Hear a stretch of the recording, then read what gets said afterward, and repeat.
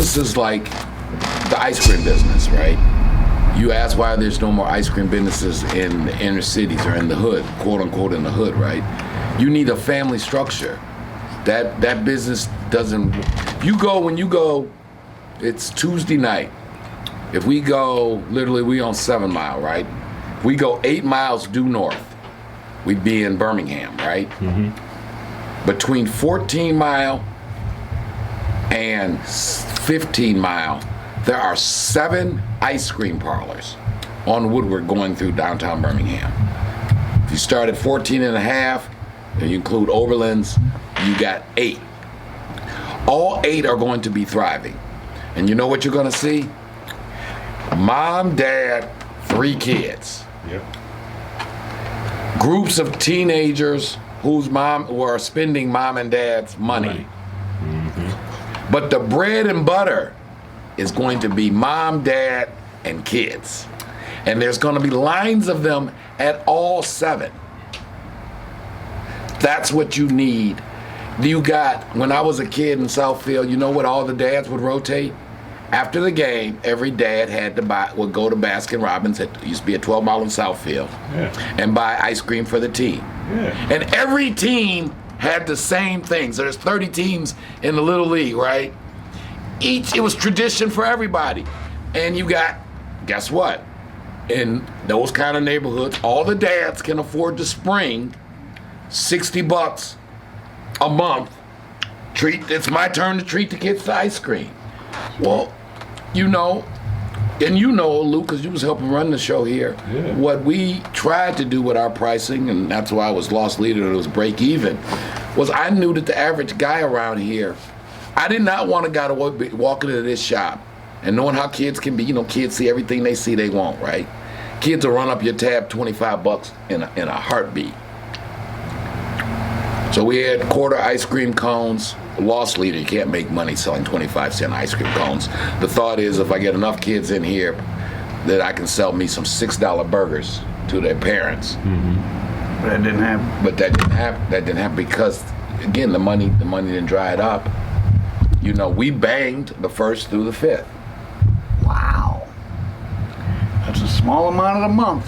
You can't, different kind of business. The apparel business, when the margins are higher and ticket prices, you can make money 6 days out the month because you make so much that first week of the month that it can offset. Because I can sell me 3, 4, $500 leather jacket, Negro League leather jackets the first of the month, right?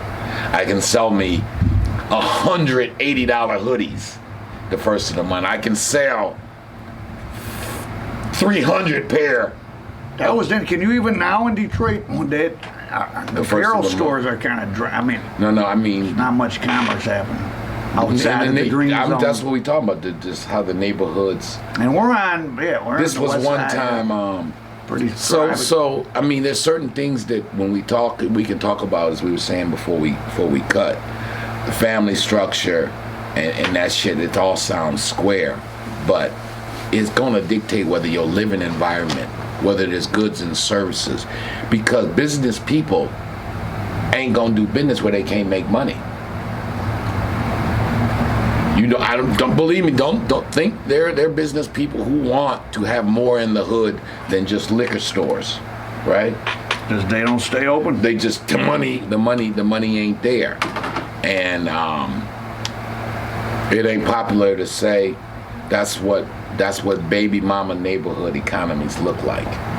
Baby mama neighborhood economies look like liquor. And especially when you have this whole culture of this whole YouTube channels devoted to how to avoid paying child support. Like I get there's bad child support, but like the whole the idea that there should be no such thing at all ever as child support is crazy. Who's supposed to pay for these kids? I got an idea. Check this out. You make the baby. You then support the baby. And you don't bring the court system involved in them taking care of the offspring that you created. What about that? What does it say? But if the guy's not paying, the woman has to go do that. So maybe the root of the problem is what kind of communities are raising men that don't feel obligated to financially support their offspring. It's kind of crazy. I mean, Long ago, I made the determination, like, I'd meet the guy and I'm hanging out, we'd be friends, and I saw, like, not that everything has to be perfect, but guys that I knew had kids that they didn't up with at all ever, I would think, well, damn, if you can't bind at all with your kid, what you gonna do to me? I mean, I don't trust you. It say something. Now and it doesn't have to be perfect. I get it, but like I'm talking about people that don't mess with their kids at all. Right. There's the common online conversation about baby mama crazy.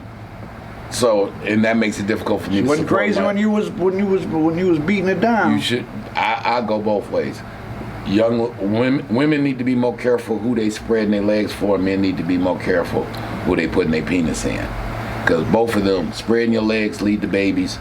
Putting your penis in women lead to babies, and if you ain't happy about the outcome that's happening, there's a few girls I used to look back like, see, me and her could have this and that. But then as we got older, and I stayed in touch with them, and then they go off the rails, and I was like, oh yeah, that's what I ducked that. Yeah, you dodged the bullet. What she did to somebody else, you did it to me. You dodged the bullet. Yeah.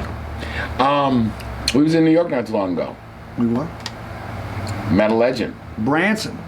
So, right, backstory. So, I think, again, people are my age, a little bit younger, everybody remembers this Every guy's rapper name. used to talk about Branson. Right. He was the first guy to have, one of the, he was the high-end weed service to the stars. Yes. Branson. Period. And there's a whole, from probably the mid-90s to maybe 2010, he was name dropped by every rapper. Jadakiss, Nori, that whole Nori, Biggie, everybody. In fact, still this day, Mike Tyson would go up there. All the black celebrities, and probably other stuff, but definitely if you were a black celebrity in New York and you smoked weed, you were going to Branson. Shout out to the fellas up there at the Soundview Projects in the Bronx, because that's who we first started. Yeah, and Cozy Corner. You heard of Cozy Corner? That's right there across from the project. No, what was the joint they used to take old boy to? City Island. City Island is who. Shout out to. Speaking of Soundview, shout out to H2O. H2O, my man. My man's in them. Ice, we got to. Open? No, Ice doing his thing offline. Harlem World. Shout out to Harlem World. Shout out to Iceman. Kevin. He took us to City Island. Me and AK. Is that right? Okay, I used to ride horses out here. All right, the horses. Yeah. That's my man. He took us to City Island. Great guy, stand-up guy. Ice Harlem World. Me and Courtney did have to admit to ourselves when we were leaving New York the last time. We had to say, we looked sheepishly and we were like, well, yeah, what the New York people been saying all along is true. You're either in New York or you ain't. Yeah, no, it ain't no place. It's no place like New York in America. And I lived in L.A. and it ain't. LA ain't New York. Nah, the big. Now, LA has stuff New York does as far as nature and all that, but like as far as a city, you're either in Manhattan or you not. And for real, and Lou was, though you look at that skyline, though, dude. We're the nice part of Chicago. Compete. I like Chicago. The nice part, the Gold Coast and downtown is a big enough area, and if you're into culture stuff, like that's what they used to call Chicago, Second City, right? What was it, Second City too? It's the only place that could even. My grandmother used to always say, "Oh, it's classier than New York," and I kind of got the nice part of it. Is it is? No, Chicago's a hell of a town, man. Chicago's the nice part. The nice part of Chicago, excuse me, is a hell of a town. But yeah, back to Branson, man. Shout out to the homie Cavario. We riding up St. Nick like what, 2 a.m? Oh, because I told Cavario, I was like, I thought he was going to take us to meet Branson. He was like, well, pull up. So we pulled up on St. Nick in 152nd, whatever it was. 147. At like, his old place, Sugar Bowl, was at 152nd. And right. In his juice bar is at 147. So Branson has a juice bar currently. Branson got juice, check it out. Branson got juice being remodeled, but he's open there. We got some medicinal Jamaican, Chinese, herbal, traditional drinks. Blew my mind. Tiger Bone, Gong. Gong, a bunch of things, I'm still not sure if I was drinking or not. No, it's medicine. But it was medicine. Fermented medicine. And I made you feel good. It did make me feel good. But a very short time. But no, that was to be Gong and Tiger Bone. To be out on 147th and St. Nick. St. Nick, yeah. From 2 to 6 a.m. Yes. We had our car running, playing music with all Windows our luggage down. in the middle of the street. People Black. coming out the side, Black. subway. Yeah, and Branson had the black On lock. under control, and all the cool people was there. There was a big battle rapper was there. I forget his name. What's my man? Oh, Bones Brigane, shout out. Shout out to Bones. He was there. And the A couple whole old school guys came Sugar up and Hill said, "Oh no," players. they said, "Don't get me on camera, but we love what you do." That's right. But I still be talking to them guineas, so I can't be on camera. So real love though. So real love. So Shout out to the Unknown Soldiers number 1 and 2. unknowns, yeah. But no, it was some real old school, quote unquote gangster stuff. I mean, windows down, car running, $80,000 truck, $20,000 in equipment, and it was no one had even a thought that nobody was gonna come on Branson's block with any buffoonery Nope. or larceny in their Nope. heart. None of that. None of that. And That was a good time. So that's a shout out to Branson. Branson got juice. Going to definitely figure out some ways to do some more business with. He's a real legend. I think. I mean, again, for real. Mary J. Blige, Jay-Z, Mike Tyson, Nori. Oh, everybody. we're working on the story right now, but he was Everybody telling us was about anybody. introducing Jay-Z to Cristal. Cause Jay-Z said, "What's that bottle in that funny yellow paper?" yeah, That's Cristal. Biggie told him this is what the ballers drink. this is what the ball is drinking. So that was that. Branson was one of those people that was a connector Influencer. between the rappers and the gangsters that they then co-opted their style from, because apparently they weren't hanging with him in real life. Correct. And I can take it from me having come to know and be friends with some formerly very serious gangster criminals. There ain't that many of them.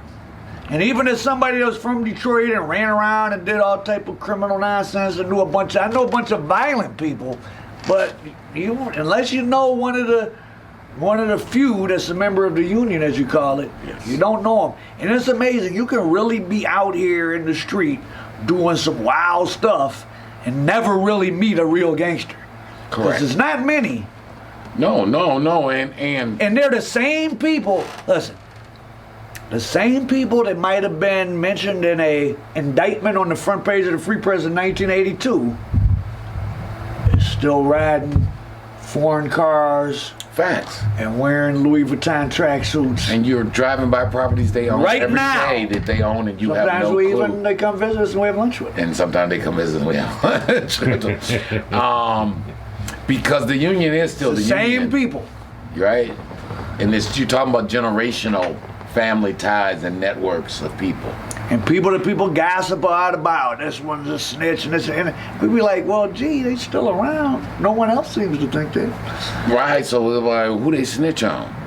But that's that's union talk. And the union see things different than the public.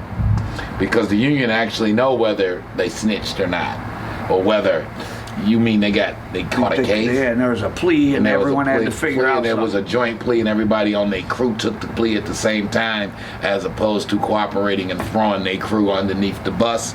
But those are little details that I know can get boring, shall we say, online. Well, that goes back to that people wanting that dopamine hit. So it's to just make a story, oh, this person's gay, this one snitched. It's like an immediate, oh, I didn't think he was gay, I didn't think he snitched. Nipsey Hussle's gay, so-and-so snitched. Oh, I'm shocked, and I get a dopamine rush. As opposed to, oh, you gotta watch the 30 minutes of Al Prophet or Big Boss Filmworks and all. So I All guess that our thinking. content is for some people and it's not for others. Yes. So on that, New York, and tying back to we talking about the neighborhood businesses and what works and what happens. Do we any of us remember the name? And then people want to tell you, Seventh Ave? Harlem is gentrifying. Right? Harlem's different than it was, but Harlem was still felt like a black community. For real. And a lot of black-owned business. I and like on that. there- Now, there's a lot of other people there too, which is good too. Which is good, too. But it's a diverse, but it still doesn't feel like, oh, where's all the black people? Whereas downtown Detroit feels like that. Or as we even noticed, Fort Greene. If you got dropped in downtown Detroit and you weren't from here and you just had read the demographic, like, okay, Detroit's 82% black, whatever, you would think, Oh, where are they all at in downtown Detroit? Well, and you even notice we spent some time. Shout out to Fort Greene and That was Brooklyn different. crew. That Fort didn't Greene seem is very different black anymore, right? Yeah. Even though that's the Which is- home of the Marcellus, changed, but it's fine. It was the interesting. Brancellis brothers, Rosie Perez, Spike Lee. Now, how close? Right, if you go not too far, you're in Bed-Stuy and Crown Heights. like.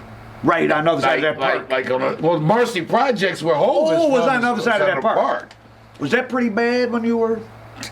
You could go get in trouble in Marcy. Fort Greene was. And Fort Greene was. So did it? But when you were there, that was right at that time when it had that. It was like almost like, well, there was the Harlem Renaissance. That was like the Brooklyn Renaissance. You had Spike Lee in the neighborhood. Rosie Perez. the Marcellus brothers. right? There was a Yeah. few. There was some other. Um, there was a bunch of like up and coming. Maybe Wesley Snipes. lived there. Mashoud, designer, high-end Nigerian designer. Oh, he shop. lived in the neighborhood. He lived in the neighborhood, yeah. But it was still kind of it was. It was edgy. you could still go outside and find something if he was looking for it. Okay. Frank's Lounge was right there on Fulton, a known spot for old numbers, men, and Frank's. That sounds like Frank's Lounge.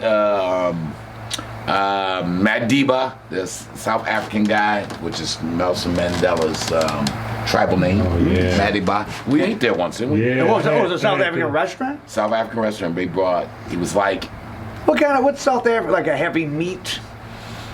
I always got the oxtail. Yes, it's very porridge. Like they had red porridge. Coffee was amazing. Yes. Oh, South In fact, African they used to carry.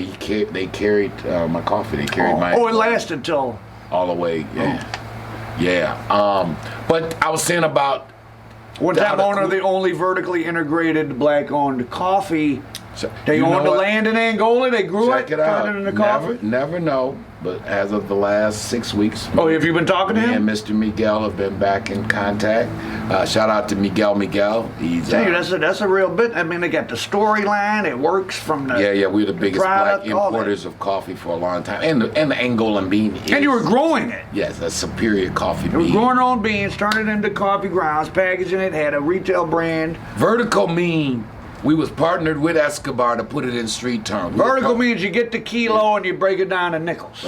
Right, and you own where the cocoa plant. Oh, and that. Oh, yeah, that's another Completely step. vertical. Yeah. Completely vertical. Right, that would be like if Pablo grew it, turned it into powder, sent it over, Over. and had the spot. And had the spot in the projects. That's what they're doing in Mexico now. That They is say completely the, vertical. The cartels, like, they have what they call puntos, points, where you buy drugs like in the different Mexican cities, but those are run by the cartel.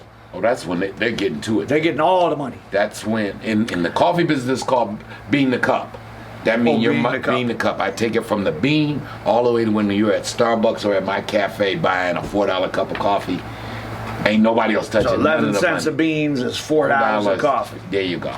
So if the cartels in Mexico are actually operating or have management oversight of spots in America. Mexico's starting to fall. A lot of countries that started off as drug layovers. or where the drugs are grown didn't. They would say, "Oh, it's you Americans," but the drugs are there so long they become consumer countries. So like Tijuana again has become highest murder rate in the world. Is it? In the past, while it had calmed down, see when it was the number one like 20 years ago, it was a lot of cartel against cartel, kidnapping businessmen. But now, most of the violence is in the bad neighborhoods, and it's over street drug. Like, who's going to sell dope to Mexicans in this neighborhood? Wow. Same thing in Cancun and Puerto Vallarta and all that. They're battling over spots who's going to sell locally. Well, I mean, I And they guess it's sell only it. a matter of time. They selling, $1 dosage units of meth. Like, that can't be good. In fact, you get $1 worth of crystal meth, it's not going to be good. Because you got to adjust for the currency and all that. So No, I'm just saying, well, they $1, They you got get 50 dollar cents. rocks, Yeah. dollar rocks, and dollar hits. That's not good. That is not a good. Strong drugs being very cheap. In low income environments, or in general. In general. In general. Because, listen, humans are price sensitive. I mean, part of what makes people use it. Now, there's some people that don't drink, smoke, they would never use a drug if you put all the drugs in the world in front of them. And then there's also some people that probably are born with low serotonin or something, and they're going to seek out drugs no matter how hard it is. But most of the rest of us exist on a spectrum of, if it ain't really around, you don't think about it.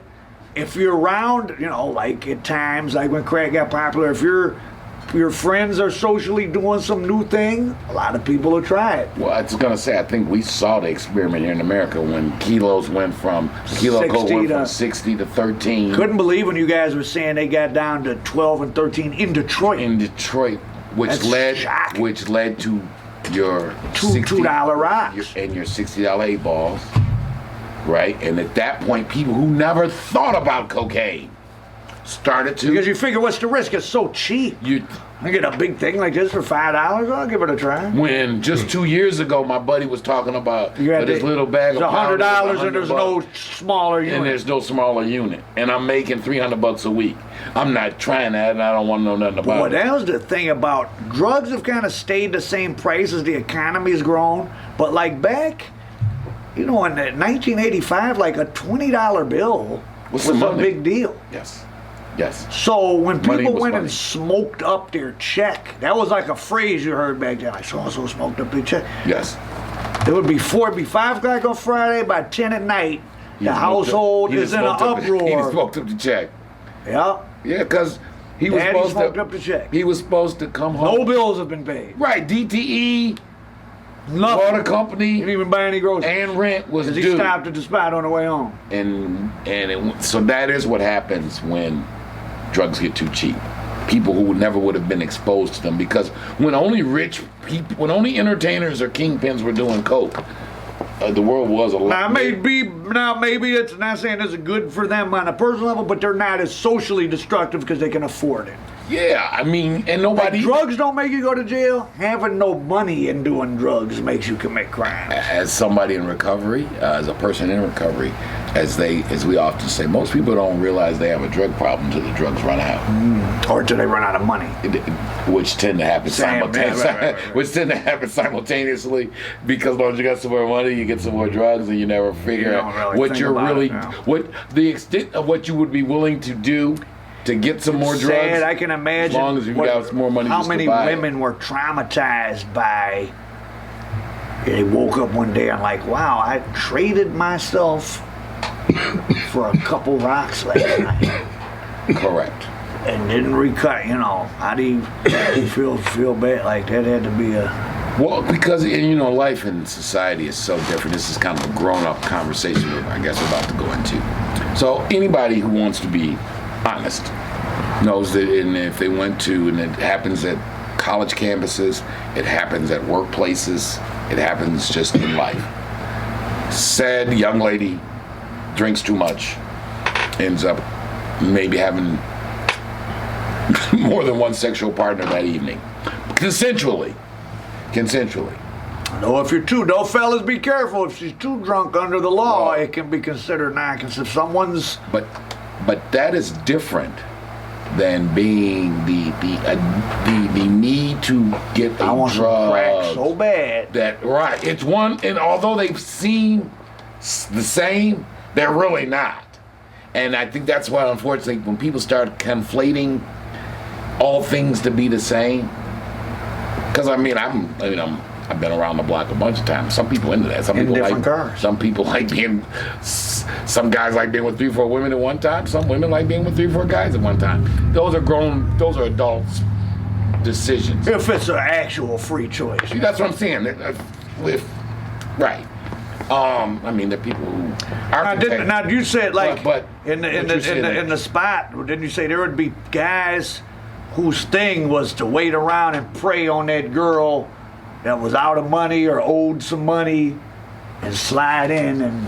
I have seen it. I have seen predatory people in the streets use other people's addiction to turn them into prey about in every scenario. I've seen men prey on young women who, as soon as they would feed them the product to get them started, right? Then slowly decrease how much generosity they're willing. Knowing they don't really have the income to Till they then got I to mean, a minimum point wage was in Right. 1986. Minimum wage was $3.35. Right. You could work an hour and not have enough money to buy a nickel. But to show you how times have changed, but people don't change. Now when I'm in the strip club and I see this middle-aged woman Oh, pimping out you this said young- somebody told you that the biggest tricks in the strip club are is the middle-aged women. And that these young girls getting turned out now and they never seen a penis in their life. Wow. Yeah, I know that's not the narrative. That's not the bad man, good girl narrative. But the reality that there is now a generation of 35 to 55-year-old women who like, for whatever reason, that's their business, who like other women, who have financial means, who can now use the old same shit that's been going on forever and use their financial position to coerce young women into doing things they might not otherwise otherwise want to do. And it's the streets is rough, bro. The streets are dangerous in many ways, not just physically. The streets is spiritually. And to quote Michael Corleone in Godfather 3, I've done the things I've done to stop my family from ever having to experience the horrors of this world. For all those of us who know how truly mean and harsh this world can be, Well, it can get dark at noon. certain men and women will move heaven and earth to protect their loved ones from ever having. I do not use that to justify anything. I just stated It is what it is, It is what. If you really know what it is to be, and seeing what happened to people who To be, especially if you're a woman or a child, and you have little to no financial resources, there's people that will swoop in and prey on you in all different types of like ways. like an eagle that spotted a mouse from the sky. Yeah. And comes swooping down. But the juice bar, man, back to a happier thought. And showing that there is still life of neighborhood business. Does anybody remember that name of the place we went to on 7th Ave? Where they got me for $150 for the thimble of gone. I don't remember what it's called. I'll find it and post it. All right, yeah, we gotta find. I mean, we had the greatest time again. Shout out to the brother Cavario. He had been telling us about this place. It's right on 7th Ave. I mean, Black Harlem. Where was that? Like 135th or something?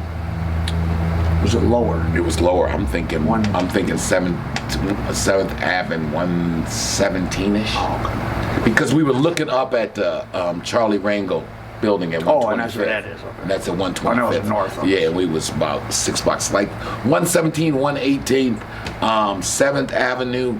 There's a health bar there with the alkaline water. I mean, it was just such a festive, secure. They got their own security. The place is popping and doors swinging. What a nice place. Swinging so Physically much nice place. that they got to have security out, helping people find parking spaces. Place packed, not even a hint of drama or stress At all. or pressure. Bunch of different age groups in there. Some good Jamaican patties. Good Jamaican patties. Had some chicken patties, had some beef patties.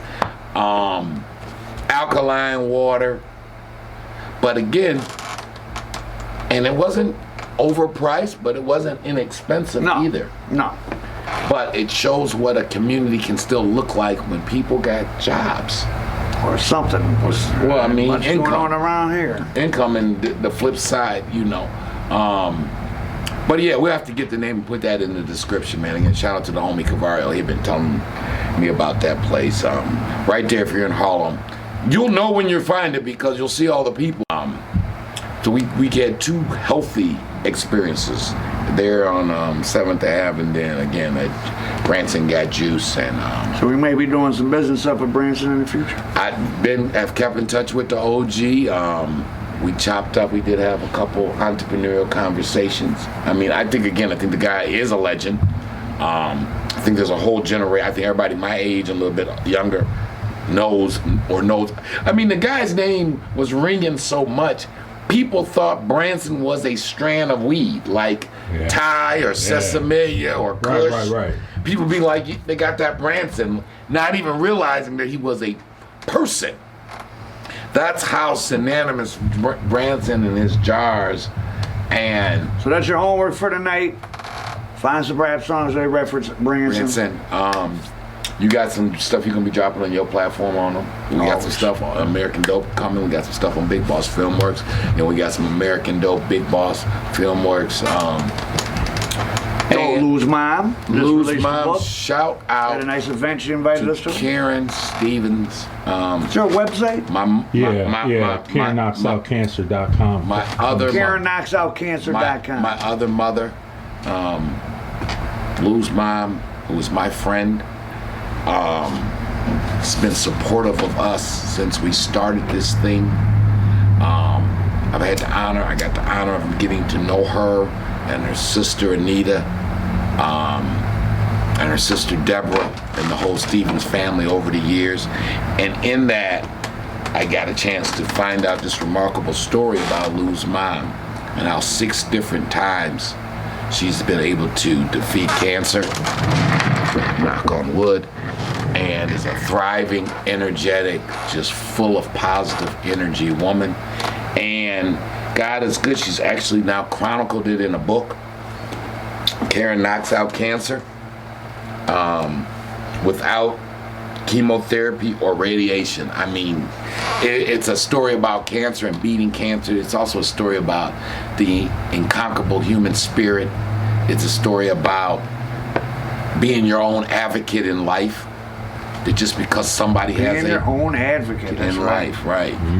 That If you, follow. if you don't look out for yourself, you might not have anybody at all to look out for And you. just because someone has a PhD and a degree, if what they're seeing goes completely against your gut, we're not anti-medicine or anti-science. No.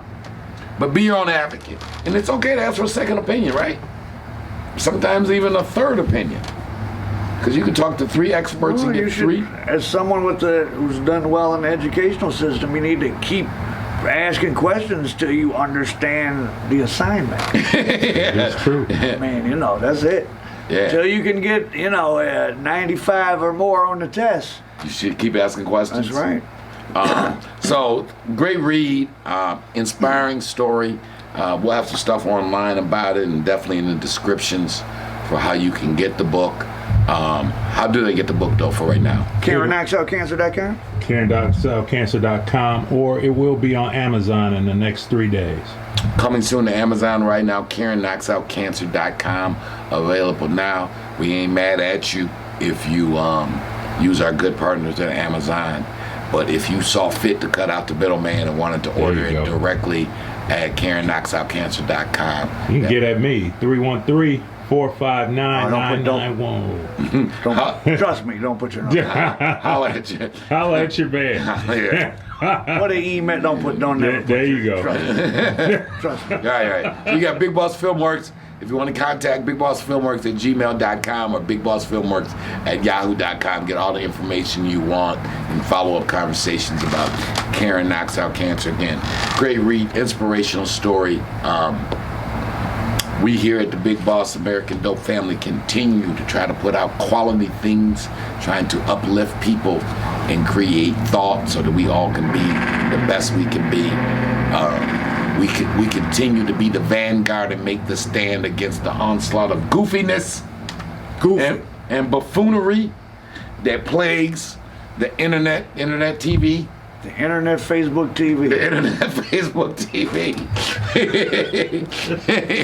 It was a factoid. Luz told me I needed to start doing factoids. Did you know? We were speaking about a great OG movie. Okay. Starring Christopher Walken and Lawrence Fishburne early in his career. Character popularized by the notorious B.I.G., who took on his moniker of Frank White, a.k.a. In New York. King of New York. So some stuff for our project that you had found some great stuff. We again spilled the beans that Adam Clayton Powell, another speaking about being in Harlem, and because 7th Avenue is a.k.a. Adam Clayton Powell Boulevard. See, it's all connected when you're in the loop. When you're in the union. When you're in the union, it all get connected. Adam Clayton Powell was saying some stuff, and of course, what's my man who plays Adam Clayton Powell in Harlem? Oh, you talking about Giancarlo Esposito? Yes, yes. Who plays Adam Clayton Powell? He plays Adam Clayton Powell in the epic Yeah. show. Bumpy Johnson. Godfather Harlem. Godfather Harlem, chronicling Bumpy Johnson, of course, the Malcolm X character, and the Adam Clayton Powell character. But in that, there's the guy who plays Polly in Goodfellas. Who's the actor that plays Polly in Goodfellas? Paul Sorvino. Paul Sorvino plays Frank Costello. And what I bet some of you didn't know who've seen King of New York, who of course lives in the Plaza Hotel in New York, they got that from the fact that Frank Costello, who's played by that guy, lived And was shot when he came out of it by Wall none other Surface than Story. Vincent the Gin Gigani, who's also chronicled in. It's all connected, man. It's all connected. So yeah, that story of the big gangster living in a hotel suite, that's factual. Frank Costello lived one in of the at last members of the Purple Gang here in Detroit lived down at the Book Cadillac. Really? See, that's when gangsters was gangsters. Living in a hotel is what nice. what the British say, proper gangster. Living in a hotel is Proper nice. villain. Living in Proper villain. I did. You know, about right before the pandemic, I lived down in I was in between places. I lived in Motor City. Living in a hotel is nice. Well, your old man was at the Marriott. He lived in the Marriott 4 minutes. Oh, Pops used to, like during the Pakistani run when he was in New York. If he was in New York for extended time, 2-3 weeks, he'd just get a suite at the Marquis Marriott and camp out till he got his affairs. But even here, he might take a month. That's when the Ritz-Carlton down at Fairlane? was down at Fairlane. He'd just check into the Ritz-Carlton for a month, and if you didn't know where to catch him, then you just couldn't catch him, or you would have to talk to me or one of his many other minions to get access to the field marshal. Was that how nice was the Ritz? Was that maybe the nicest hotel? At its time in the 90s, yeah, that was like one of. I don't know if there was another 5-star hotel. Oh, so that was that nice. It was a 5-star hotel. Yeah, Ritz-Carlton. Boy, shows you how things have changed. Ain't no 5-star hotel Right. at Fairlane now. So the Ritz pulled out. I was at Scare Lane the other day. It was rough. The Ritz pulled out. Scare Lane. And the Fords took it over and called it the Henry. The Henry, or the Drake. They tried. Now it may be the Drake. But they tried it as the Henry, as a place just for their executives coming and going, business people coming to visit. Oh. Because the Glass House is still right there, Ford World. Well, Fairlane was set up for. I mean, Dearborn around Fairlane was a very convenient. Although it was a modern, that's all new stuff in LA is set up like it's self-contained. A little area. Showing my age again. When it opened up, when Fairlane opened up, at the same time as the Hyatt Regency. When did Fairlane open? So this had to be, I'm a kid, so. Mid 80s? No. No, like 77 or something like that. Yeah, maybe before then because Pops was still free. So Pops it opened before Somerset? Yes. Oh, it did. As a mall. When it opened, it was so state of the art. They had the Hyatt Regency, which has changed a million times since then, but there was a monorail. They ran tore it down. You could be yes. When they tore it down? Let me tell you something. I don't it wasn't that remember. long ago. It was? I think we. No, it was the 80s. It was like late Well, where did 80s. The monorail lasted into the 90s. Why do you think they tore Really? it down? Maybe. Because No, there was no. Well, I'll be honest. Fairlane's consumer changed, And where did it go from? You could go when you stayed at the Hyatt Regency. You get on the monorail, and it takes you straight into the second floor of Fairlane. That's why that big elevator on the I don't second. remember that. That's why that elevator on the second floor of Fairlane It's so big? Is so big because it was a monorail Boy, I don't remember. port. We stayed there. We stayed there. It was a big to-do when it first. Oh, I bet. Because the Hyatt Regency 3-level mall thing. That was the first one in Southeast Michigan, probably the state of Michigan, I'm sure. Well, people know 3-level Somerset mile. was the first luxury mall in America. That was the first one. Now we're talking about the old Somerset. Well, the old side. As the bourgeois they call us. Yeah. We're talking about the side with Burberry's, Louis Vuitton, Somerset. Not the one with the Foot Locker extension. suits and Neiman Marcus. Miss Rubenstein called that new Somerset an abomination. You're a learner, man. What's abomination mean? Abomination. What's that? Abomination against God. She said, you know they're gonna be selling sneakers over there. And She was right. And dungarees. Dungarees. She was talking about the Foot Locker and the Gap. Dungarees. And this woman was so Hurt, disturbed distraught. that they would sell dungarees and sneakers and call it Somerset Mall. Haven't they had shootings out there since then? There's a lot of happened on that side over there. You know, the Neiman Marcus, The junior dope man side. the junior dope, The spot worker side. The other side is the dope man side. the Stibby check side. Yeah. All right, I'm just saying, y'all silly man. These people, y'all the what? These is the ones that we would call it. Y'all have a bourgeois, aka bougie attitude. Well, your guy's income level far exceeded bougie. So I'm gonna show off mine that I read a book or two. I think we was. What's that? What's a book? Is that like what's the title of a TikTok? We were not. Is that like a whole bunch of TikTok titles strung We together? were. Karl Marx would have referred to us as the petty bourgeois. We collaborated with the I was Paris. capitalist. Definitely. Well, the petty bourgeois are always the merchant class, right? Yeah, but y'all was a little. All right, we might have popping. You was maybe we was come more on now. than sometimes Come on when now. the bag was right, we was straight just bourgeois. But then when the bag fell off, when them feds, You was a when them step up. pe- You were agnog. when them people 'Cause got the involved. bourgeois aren't really capitalists. That's cool. The capitalists are the capitalists. You guys were capitalists. You were buying things. You were investing things. You guys were capitalists. I do not Sell deny. yourself short. I do not deny that we partook in the laws of supply and demand and tried our best to buy some portions of the means of production and be a landowner in America. We're making use of something you bought many years ago. Not from drug money. No. This comes from collecting rents, getting up at 5. The part they don't show up. Oh, Courtney, you said if you want to collect your rents in Detroit, Lewis can attest to you had to go get that money before they spent it on something else? Anybody who know me from 2009 to 2017, I really started unloading my residential real estate portfolio. The first and third, You had to go get the money. I got my days started at 4 o'clock because I needed to be I would start at 8 different properties, doors to collect. 8 to 12 different doors. And to those had collect. multiple cash units? customers, right? Yes. Oh, they were- multiple units. So How many units did you have at the I always kept a van. I had 50 doors at one time. Oh, wow. I kept a van Damn. because I would load up everybody in the van. Like 25,000 a month out here. We not new to this. You see in the newspaper article. Partners in real estate. We've been at this. Even when we was doing wrong, we was doing 69. right. 69. Motown Mafia established 1969. We truly ain't new to this.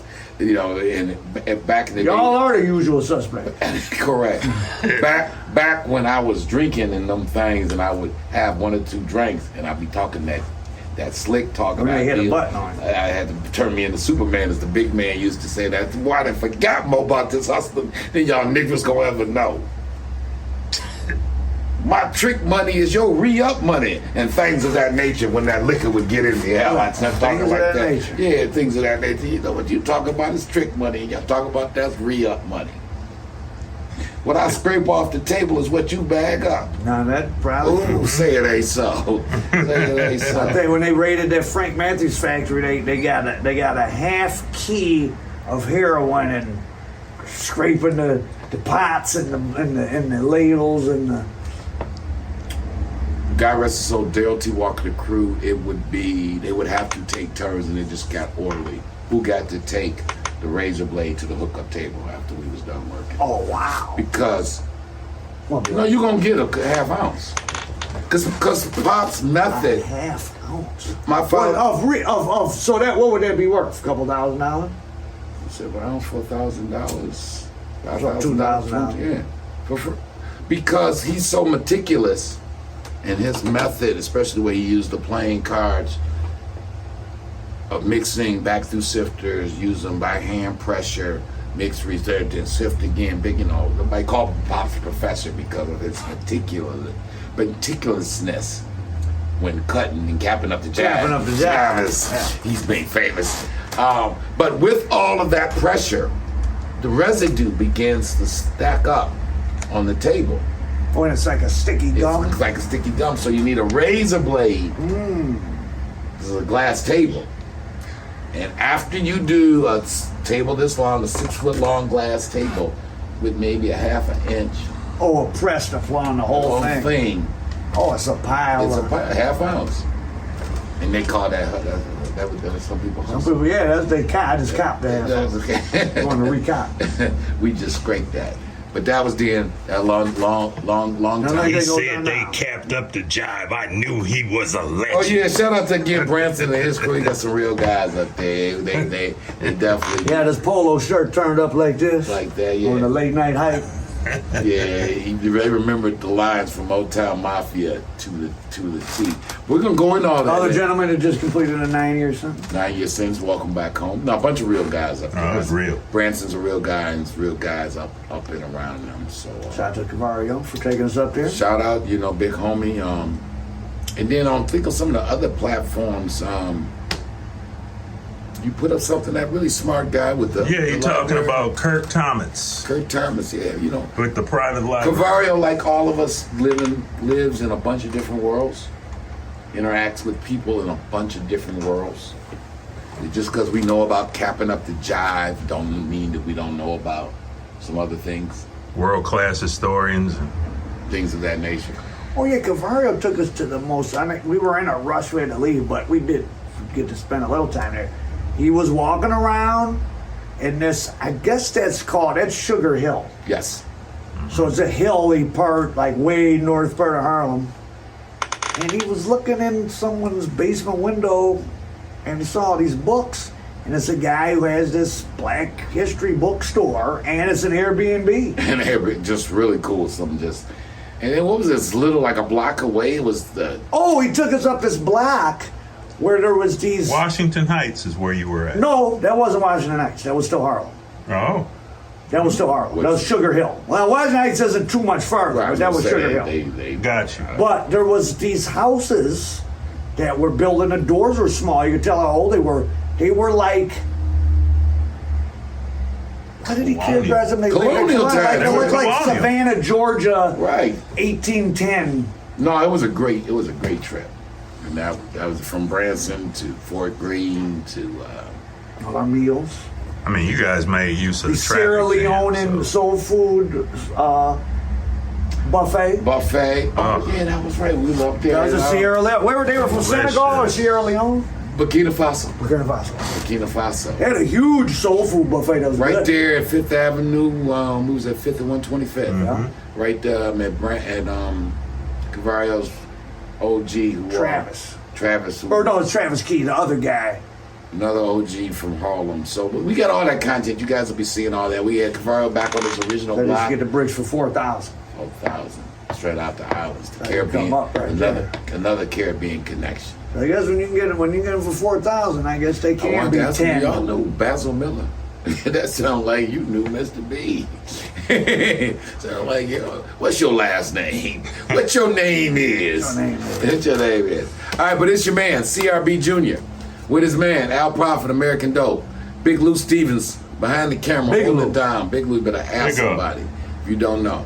Check us out. Make sure you guys are hitting that like. KarenKnoxOutCancer.com. Hit that like, share, and subscribe button. Make sure you're going over to American Dope, checking out all that hot content. Oh, homie, August 3rd, we'll have it in the description. Our homie KK is having his basketball annual Brewster Project celebration this August the 3rd. It'll be down there right at Mac and I-75.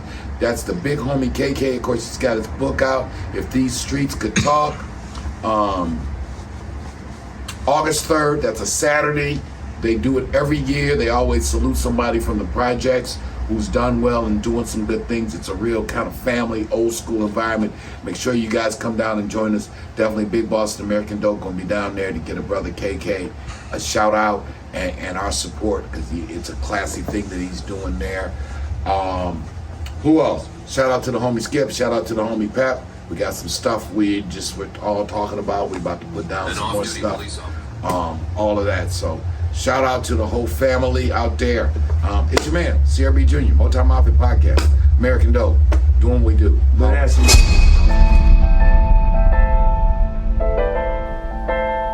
From the makers of Motown Mafia, beyond the headlines, beyond the crime, beyond the glamours and gold, they don't run around the streets.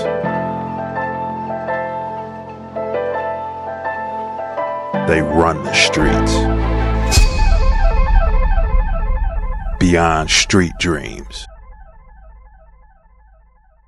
Documentary coming soon to Amazon Prime, Tubi, and Pluto TV.